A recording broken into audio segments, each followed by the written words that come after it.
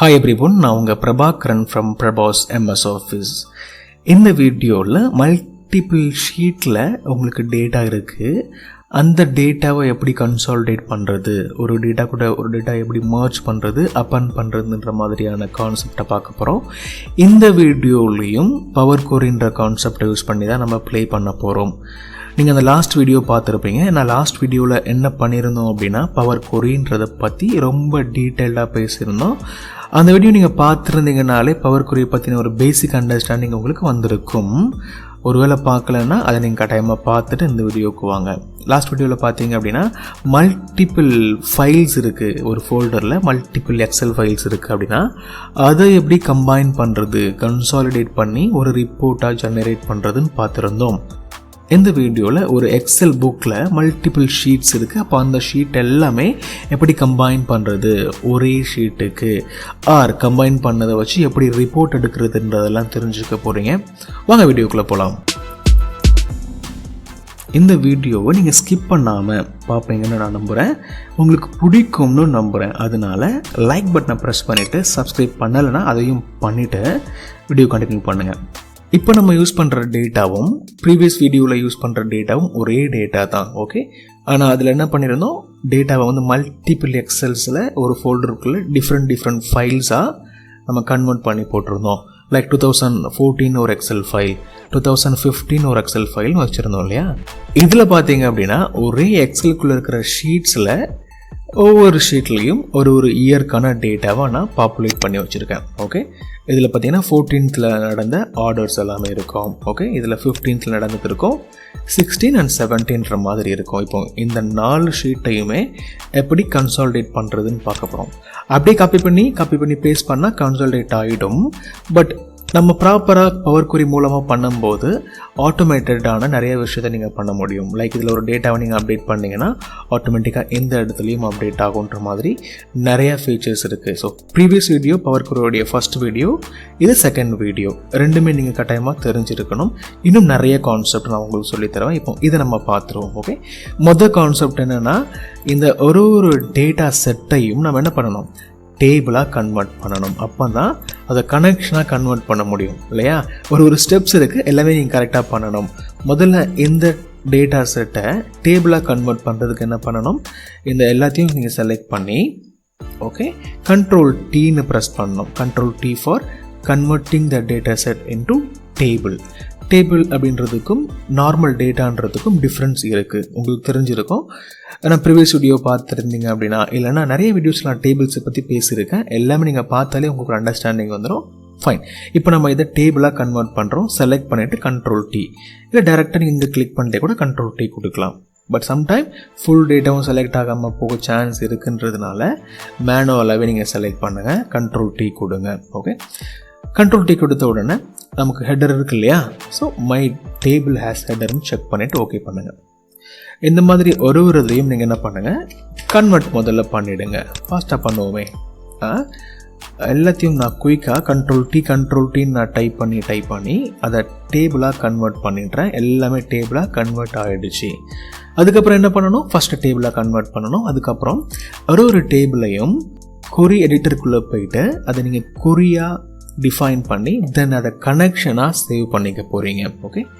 புரியும், நீங்கள் கவனிங்க, புரியும். இந்த டேபிளில் கிளிக் பண்ணிவிட்டு டேட்டாவில் போனீங்க அப்படின்னா டேட்டாவில் இந்த டேபிளை get and transform data from டேபிள்ன்ற கான்செப்டை யூஸ் பண்ணி பண்ணலாம். இது கிளிக் பண்ணோம் அப்படின்னா இந்த டேபிள் வந்து பவர் கொரி எடிட்டருக்குள்ளே ஓப்பன் ஆகும். டைரெக்டாகவே இந்த இதில் லோட் ஆகிடும்.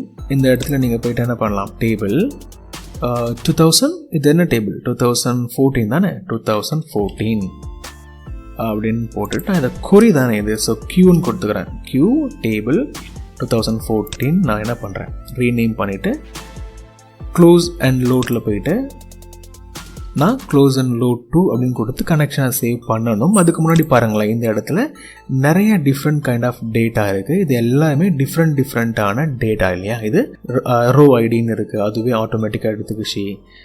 இதை பார்த்தீங்கன்னா நம்பர், ரைட், இது வந்து ஆல்ஃபாபெட்டிக் அப்படின்ற மாதிரி எடுத்துக்கிச்சு. ஒருவேளை இதில் டேட்டுன்னு இருக்குது, பட் டேட்டுன்னு இல்லாமல் இந்த இடத்துல இந்த ஒரு கிளியர் அந்த சிம்பிள் டிஃப்ரெண்ட்டாக இருந்துச்சு அப்படின்னா உங்களுக்கு புரியும்னு நினைக்கிறேன். இதை செலக்ட் பண்ணிவிட்டு இது வந்து டேட் அப்படின்னு நமக்கு தெரியுது.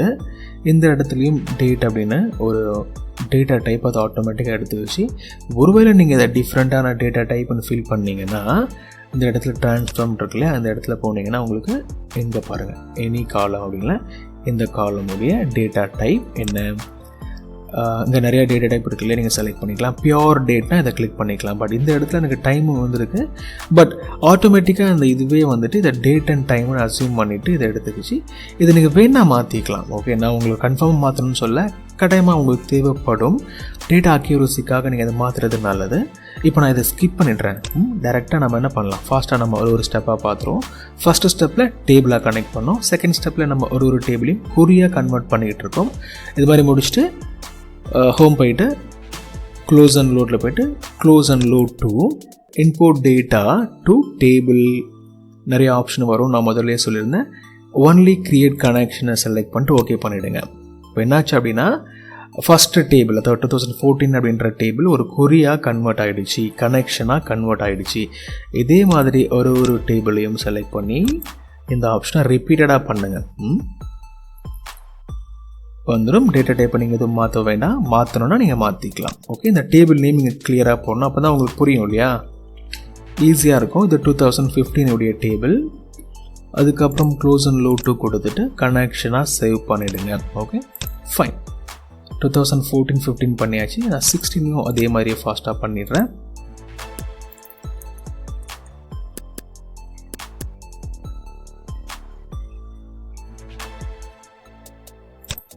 ஃபோர்டீன் 15 16 3 வந்துருச்சு. 17 செலக்ட் பண்ணி அதே மெத்தடை ஃபாலோ பண்ணி இதையும் கன்வெர்ட் பண்ணிடுறேன்.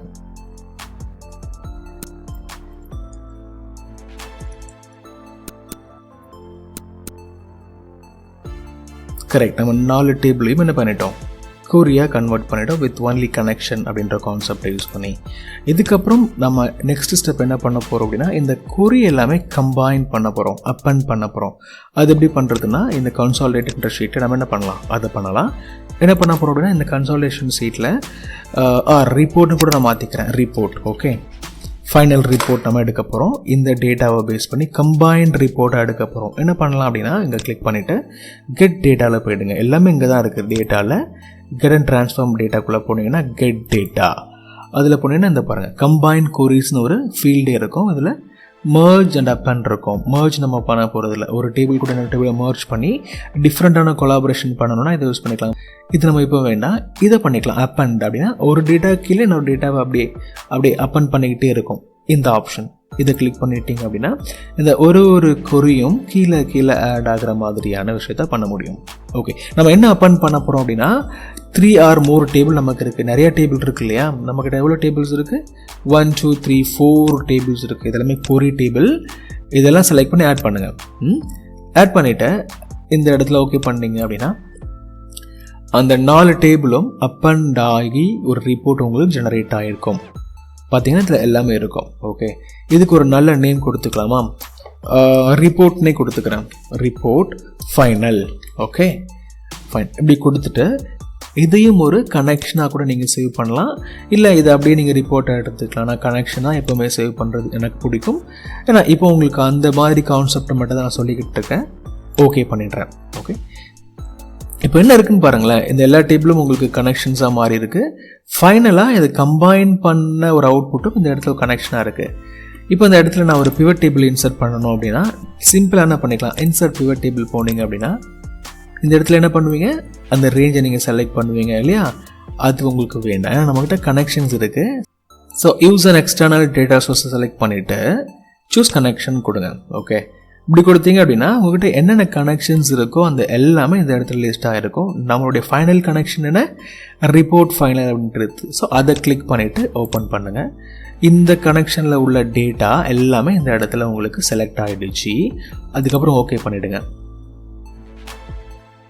யூஸ்வலாக நீங்கள் என்ன பண்ணுவீங்க, பிவட் டேபிள் இன்சர்ட் பண்ணோன்னா பிளாங்காக தானே வரும். அதுக்கப்புறம் நம்ம என்ன பண்ணோம், இங்கே உள்ள ஃபீல்ட்ஸ் எல்லாமே எடுத்து இந்த இடத்துல நம்ம என்ன பண்ணோம், நமக்கு என்னென்ன மாதிரி டேட்டா வேணுன்றதை நம்ம தான் டிசைட் பண்ணணும் இல்லையா. அந்த வேலையை நம்ம இப்போ பண்ண போகிறோம். நமக்கு எந்தெந்த டேட்டா வேணுன்றதை இங்கேருந்து எடுத்து நம்ம பிக் பண்ணும்போது ஆட்டோமேட்டிக்காக உங்களுக்கு பிவட் டேபிள் ஜென்ரேட் ஆகும். இங்கேருந்து நம்ம டேட்டாவை பிக் பண்ணி ஒரு குட்டி பிவட் டேபிளை நம்ம ஜென்ரேட் பண்ணிடலாம்.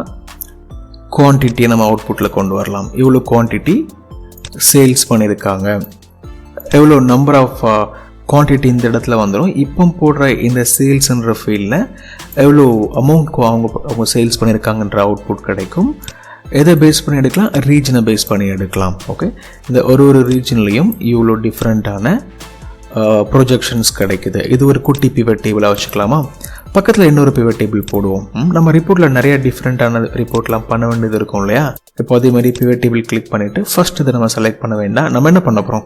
கனெக்ஷன்ஸில் இருந்து நம்ம டேட்டாவை ரிட்ரைவ் பண்ண போகிறோன்றதுனால யூஸ் அன் எக்ஸ்டர்னல் டேட்டா சோர்ஸை கிளிக் பண்ணிக்கோங்க.